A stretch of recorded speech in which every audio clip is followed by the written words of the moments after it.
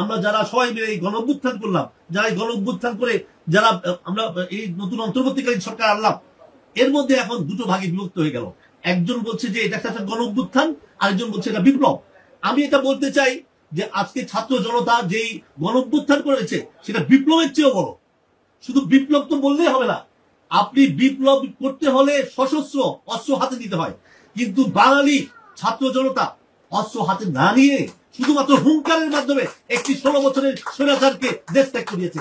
আজকে নববর্ষ বাংলাদেশের হিন্দু মুসলমান বিভিন্ন উপজাতি বিভিন্ন জাত গোষ্ঠী যারা আছেন, বিভিন্ন শ্রেণী পেশা আছেন, সবার মনের মধ্যেই নতুন করে সম্ভাবনা, নতুন করে স্বপ্ন দেখা, নতুন করে চিন্তা করার নতুন একটা দিক তৈরি করে দিয়েছে। দীর্ঘ 16 বছর আমরা দেখেছি, বিশেষ করে বাংলা নববর্ষের যে বাংলাদেশ, যে আমাদের অংশ, পশ্চিম বাংলাও আমাদের বাংলা নববর্ষের মধ্যে, বাঙালির মধ্যেই পড়ে। আমরা যারা বাংলাদেশি, আমরা গত 16 বছর আমরা একটা ষড়যন্ত্রের মধ্য দিয়ে একটি স্বৈরাচার রাজনৈতিক শক্তির স্বৈরাচার যে রাজনৈতিক শক্তি, তার যে কূটকৌশলে আমরা কিন্তু আমাদের স্বাভাবিক জীবনযাপন আমরা আমাদের জীবনযাপন আমরা করতে পারি নাই। আমরা দেখেছি এখানে একটা শ্রেণীকে শুধুমাত্র, যাদেরকে বলা হয়েছে সংস্কৃতি বনা বলে, আমাদের বাংলাদেশে শুধুমাত্র যাদের কিছু, যারা আওয়ামী পন্থী, যারা সংস্কৃতি কর্মী, আওয়ামী পন্থী যারা সমর্থক, যারা আওয়ামী রাজনীতি করে, তাদেরকেই শুধুমাত্র আমাদের বাংলা নববর্ষে কিন্তু অন্তর্ভুক্ত করা হয়েছে। এবং বাংলাদেশের যে বিশাল যে জনগোষ্ঠী, যে আমাদের বিশেষ করে আমাদের মাদ্রাসা, আলিয়া মাদ্রাসা, কওমি মাদ্রাসা থেকে শুরু করে যারা আমাদের ইসলামী শিক্ষায় যারা শিক্ষিত হয়েছেন এবং যারা ইসলামী মূল্যবোধে বিশ্বাস করেন, তাদেরকে বোঝানো হয়েছে যে এই বাংলা নববর্ষ শুধুমাত্র এটা যে হিন্দুদের আসলে একটা অনুষ্ঠান, সেখানে আরো এটা হিন্দুত্ববাদকে সংযুক্ত করার জন্য মঙ্গল শোভাযাত্রা থেকে শুরু করে বিভিন্ন ধরনের ধর্মীয়, বিশেষ করে হিন্দু ধর্মীয় কিছু বিষয়কে এখানে ইনক্লুড করা হয়েছিল। এখানে শুধুমাত্র বাংলা নববর্ষ হিন্দুদের জন্য না, বাংলা নববর্ষ পুরো জাতিগোষ্ঠীর জন্য, বাংলা নববর্ষ পুরো বাঙালি জাতির জন্য।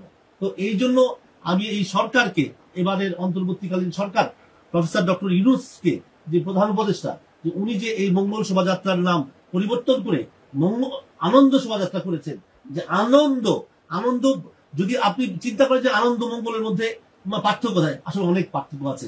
যে মঙ্গল যদি বলেন যে আমাদের ধর্মীয় দৃষ্টিকোণ থেকে আমাদের আগামী দিন, আমাদের যে ভবিষ্যৎ, সেটা মঙ্গল না অমঙ্গল, সেটা কিন্তু আসলে আমরা বলতে পারি না। সেটা শুধুমাত্র রব্বুল আলামিন, আল্লাহ পাক বলতে পারেন। আমরা মুসলমানরা কখনোই আগে থেকে আগাম বলে দিতে পারি না। কিন্তু হ্যাঁ, আমরা যদি বলি আনন্দ শোভাযাত্রা, আজকের দিনটা অন্ততপক্ষে আমরা এই যে আনন্দ ঘন পরিবেশে আজকে যে আমরা বাংলা নববর্ষ পালন করতে পারছি, এটা কিন্তু আমাদের জন্য এটা বিশাল পাওয়া, এবং এটাই কিন্তু সার্বজনীন এই আমাদের বাংলা শুভ নববর্ষ। তো আমি আজকে এই শুভ নববর্ষে, আজকে যে 1432, আমি বলতে চাই যে আজকে কিন্তু আমরা নতুন করে, যদিও আজকে আনন্দের দিন, সকল উৎসবের মানে আজকে এক মিলিত দিন, আজকে আমি বলবো বাংলা, আপনি যদি বাংলাদেশের যে পূজা পার্বণ বলেন, এটা শুধু হিন্দু সম্প্রদায়ের জন্য। আপনি যদি বলেন আপনি ঈদ যদি বলেন, রোজা বলেন, মুসলমানদের জন্য। কিন্তু বাংলাদেশের একটা মাত্র উৎসব যে বাংলার নববর্ষ, সেটা কিন্তু সকল ধর্মের মানুষের জন্য এত সার্বজনীন অনুষ্ঠান। বলে না ধর্ম যার যার বলতো না আগে যে উৎসব সবার, এটা কিন্তু আমাদের ওই ঈদের জন্য, পূজার জন্য খাটে না। এটা খাটে শুধু নববর্ষের জন্য। যে নববর্ষ বলতে পারেন আপনি, যে আপনি ধর্ম যার যারই হোক না কেন, নববর্ষ উৎসব সবার আসলে, কিন্তু ওটা পূজার জন্য হয় না, ওটা কিন্তু ঈদের জন্য হয় না। তো আমি বলতে চাই যে ওই স্লোগানও যদি আজকে প্রতিদিন শুনে বলতে চাই, এই দিনটা কিন্তু আজকে এই নববর্ষের দিনটা, এই নববর্ষের দিন আজকে সকল ধর্মের, সকল শ্রেণীর, সকল মানুষের জন্য, বাঙালি ভাষাভাষী প্রত্যেকের জন্য, বাঙালি ভাষাভাষী পৃথিবীর যেখানে আছে, সেই বাংলার এখান থেকে শুরু করে আটলান্টিকের ওই পারে যুক্তরাষ্ট্রে যে বাঙালিরা বসে আছে, আজকের দিনটা তাদের জন্য কিন্তু অত্যন্ত গুরুত্বপূর্ণ, আজকে মহত্বপূর্ণ এবং অত্যন্ত আনন্দের। তো সেই আনন্দের দিনটি আজকে আমরা আনন্দ শোভাযাত্রার মাধ্যমে আমরা আজকে শুরু করেছি।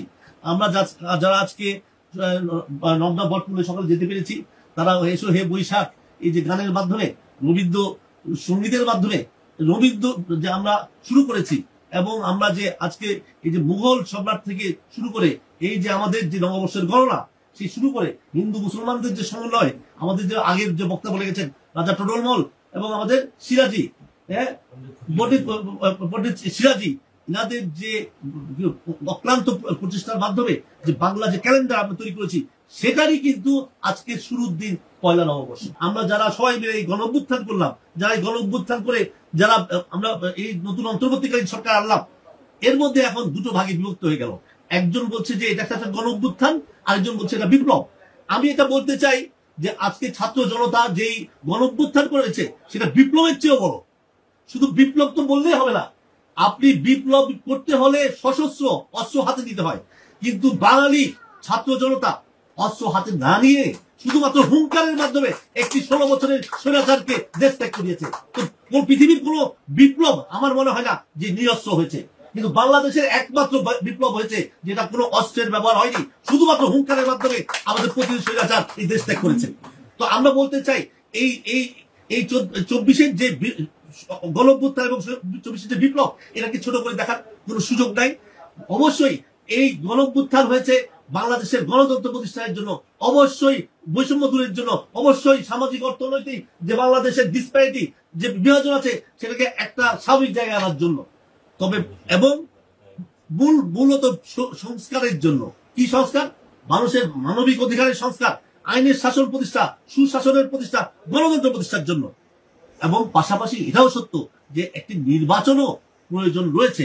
তবে এমন কোন নির্বাচন করেও আমাদের লাভ হবে না যেই নির্বাচনের মাধ্যমে সংস্কার ছাড়া আমরা যদি একটা মানে ভোটের মাধ্যমে শুধু একটা নির্বাচন করলাম, নিছক নির্বাচন করলাম, এবং পরবর্তীতে যেই সরকারই হোক না কেন সে আবার পতিত সেই স্বৈরাচারের মতন আচরণ শুরু করে। আপনি যতক্ষণ পর্যন্ত আমাদের কাগজে কলমে আমরা সংস্কার করতে না পারবো, যতক্ষণ পর্যন্ত আমরা ইনস্টিটিউশন গুলোকে আমরা মুক্ত না করতে পারবো, রাজনৈতিক প্রভাব মুক্ত না করতে পারবো, যতক্ষণ পর্যন্ত আমরা আমাদের মনন জগৎ পরিবর্তন করতে না পারবো, যতক্ষণ পর্যন্ত চেক এন্ড ব্যালেন্স করতে না পারবো। যেমন আমরা দেখেছি যে এইবারের যে সংস্কার কমিটি আছে তারা কিন্তু বিভিন্ন ধরনের চেক এন্ড ব্যালেন্স করার চেষ্টা করছে, যে একজন দুবারের বেশি প্রধানমন্ত্রী হতে পারবে না, হ্যাঁ সংখ্যানুপাতিক নির্বাচন হতে হবে, এবং বিভিন্ন এই পর্যায়ে যেগুলো বিষয়গুলো আছে এগুলো লাগবে। এগুলো চাই তড়িঘড়ি করে নির্বাচন দিয়ে আপনি যদি একটা সরকার গঠন করেন, এই সরকার আলটিমেটলি সে স্বৈরাচারে পরিণত হবে, এবং তাই সেই সরকারের বিরুদ্ধে সহসা 2-4 বছর একটা গণঅভ্যুত্থান, একটা বিপ্লব হয়ে যাবে। সেটা না হয়ে আবার পাশাপাশি আপনি যদি খুব বেশি লম্বা করেন সংস্কার করতে গিয়ে, তখন দেখা যাবে বাংলাদেশে একটা ভিন্ন শক্তির উত্থান ঘটে যাওয়ার সম্ভাবনা রয়েছে। সেটাকে কিন্তু একেবারে বাদ দিয়ে চলবে না। তো সেই দিকে আমাদের বিবেচনা করে আমাদের সংস্কার একটা, এবং সেই সংস্কারের জন্য একটা যতটুকু সময় দেওয়া দরকার অতটুকু বাড়তি না, এবং সংস্কারের নামে তালবাহানা করে সময় নষ্ট না করা, আবার সংস্কার না করে নির্বাচন দিয়ে ওই আবার আগের মতো করে, হ্যাঁ ওই মানে রাজা পূজার খেলা, হ্যাঁ ওই রাজা পূজার খেলায় আর জনগণ এগুলো দেখতে চায় না। জনগণ মুক্ত হতে চায়, মুক্তি চায়। আমাদের যদি আমরা বলি আমাদের যে 50 বছর 53 বছরের যে স্বাধীনতা, সেই স্বাধীনতা আমরা পেয়েছি, মুক্তি কিন্তু আমরা পাই নাই। সেই মুক্তি পেতে হলে আমাদের লাগবে আইনের শাসন, সুশাসন, ন্যায় বিচার, বিচার বিভাগের সাথে তো সর্বোপরি গণতন্ত্র।